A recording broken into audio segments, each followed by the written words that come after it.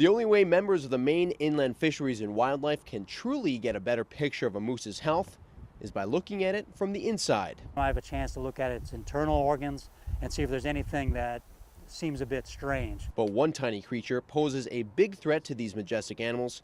It is the winter tick, and it lives its entire life on the back of a moose. They actually take blood from the moose, and there can be tens of thousands of these ticks on one single moose. But aside from blood sucking, the ticks cause other problems when the moose finds ways to rub them off. It's a catch-22.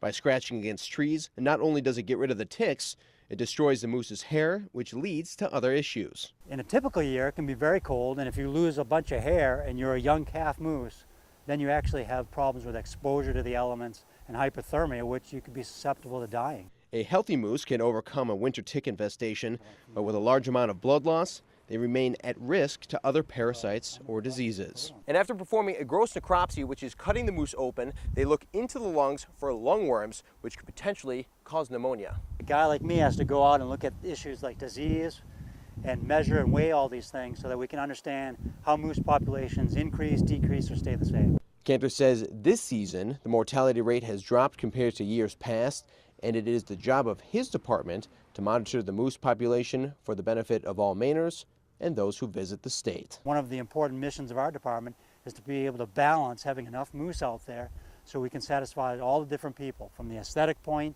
to the point of having the economic boon of moose viewing to having great hunting opportunities in the state.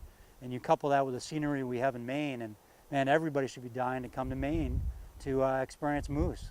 In Ellsworth, I'm Clay Gordon.